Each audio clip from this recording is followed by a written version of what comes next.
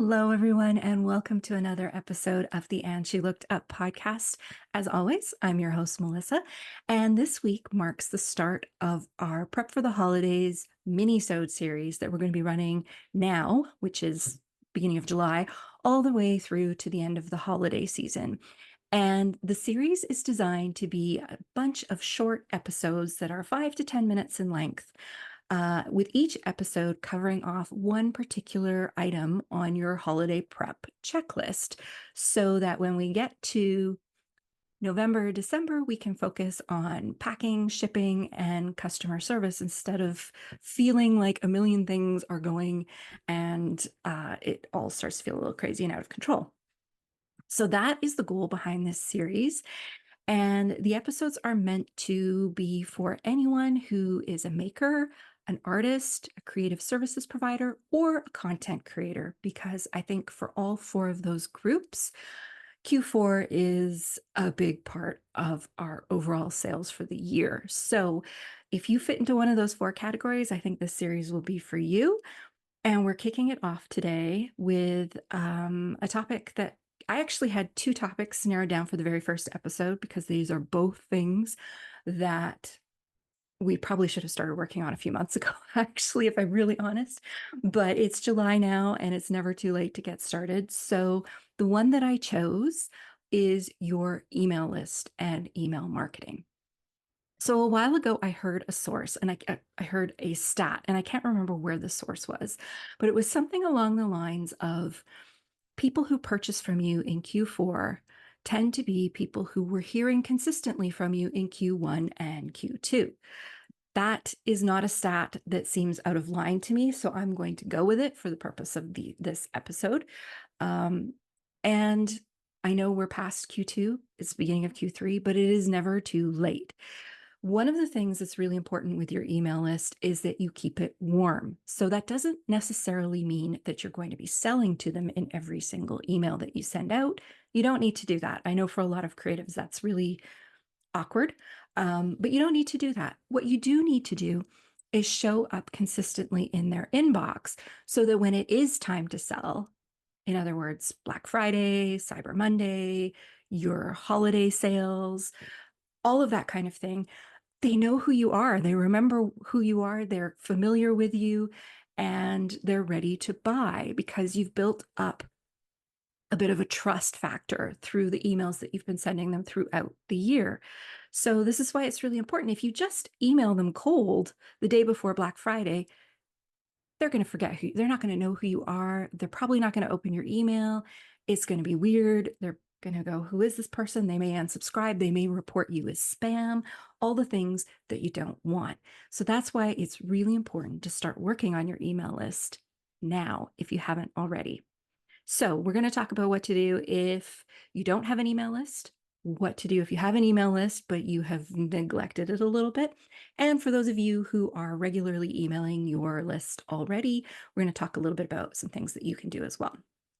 So first of all, like I said, the idea of your email list is to keep your audience warm. There is a lot of information out there about how a cold list is almost as bad as having no list, because a cold list can get you into some trouble, like I said at the beginning of the episode, with spam reports, people unsubscribing, people forgetting who you are. You don't want that. So you want to keep your list warm. And that means being consistent with sending emails out. So if you don't have a list, now's the time to start one. And there's a few ways that you can do this. First of all, you don't need a website to start an email newsletter list. Most of the email service providers out there will have a free account that you can start, and they will give you access to create a landing page on their platform that you can send people to sign up for your list. So you don't need an email list. You just need that link for the landing page. Once you have that, you can start promoting that link on your social media channels, getting people to sign up. If you mainly do in-person markets, that's a great hook to get people to sign up for your list. Let them know that if they want to know where you're going to be this summer, fall, winter, to sign up for your list, because you'll be sending out emails with your market days and times. That's a great way. You can also start You can also create a QR code for the link, and you can put that at your booth at markets so that people can scan it with their phone and sign up right there. You can use a clipboard at markets to get people to sign up. You can have a little spin the wheel on your table where if they sign up for your email list, they can spin the wheel and they get like 5% off, 10% off, a free little something. People love that kind of thing. Anything you can do to make it easy for them to sign up. Those of you who already have lists, you can use all of these tactics as well if you aren't already.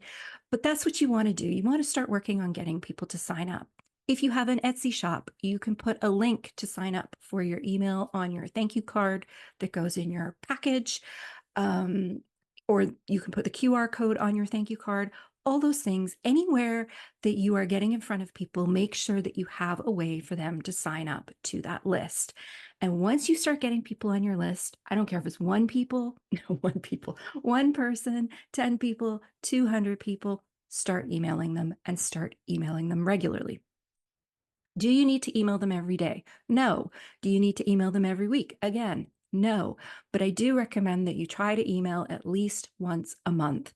That sort of seems to be the minimum that people need to see you in their inbox to remember who you are, to remember why they're subscribed to you, all of those types of things. So yes, try for once a month. I email my services business once a month.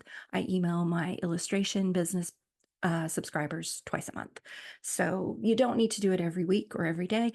If you've got a huge list and you generate a lot of income from your email, then yeah, by all means, up your frequency, whatever you are comfortable with, but just keep it consistent.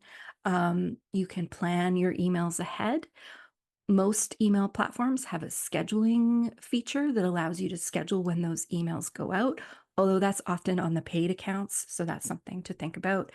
But if you make use of that, then you can actually write all your emails for the rest of the year this week and schedule them to go out at 1 month or 2 week intervals, however often you email. So that's something that you need to do if you don't have a list. Now's the time to start collecting. If you have an email list, but you're not particularly consistent about emailing them, now is the time to commit to being consistent. If you haven't sent an email out in a while, that's your task this week, is to go send an email out and put a date in your calendar for the rest of the year, at least once a month, when you're going to send another one out, just to keep yourself on track. If you already have a list and you're emailing them regularly and you're doing all those things, that is fantastic. Your job is to keep marketing that list. All the things I already mentioned. You may even want to create a lead magnet to get people to join. You might even want to consider paid ads to drive people to your newsletter sign up. Those are sort of the advanced tasks that you can consider doing. They're not mandatory by any means, but if you're kind of hitting that plateau where you want to kind of take things to the next level, that's definitely something that you can do as well. A really important thing to remember with your email, you don't need to sell in every single email that goes out. If you are not sure what to send people, we have an episode. I wrote it down here. It is episode 92, where we talk about 20 email newsletter ideas for creatives that are not super salesy. And it's a fairly long episode because we go in depth for each one of them. But if you want a short version that just outlines them all, you can sign up for our email list over at andshellookedup.com, and you will get a free printable download that lists all the different ways that you can email your newsletter list without being salesy. See, that is how you get people onto your list. So this is a perfect example. I'm offering you a little freebie to kind of get you over there and signed up on our list. You don't need to sell in every single email that you send out. There's no need to do that, but you do need to make sure you ask for the sale. So let's say you send an email out today where you talk about what you're working on or the next few markets that you're going to be at. At the bottom, you might just want to put a little banner that says you're offering, I don't know, I have one at the bottom of my email list that says, just a reminder, you can get 3 cards for the price of 4, or you can get 4 cards for the price of 3 over on my website. Your email list is also a really great way to drive people to your website instead of Etsy.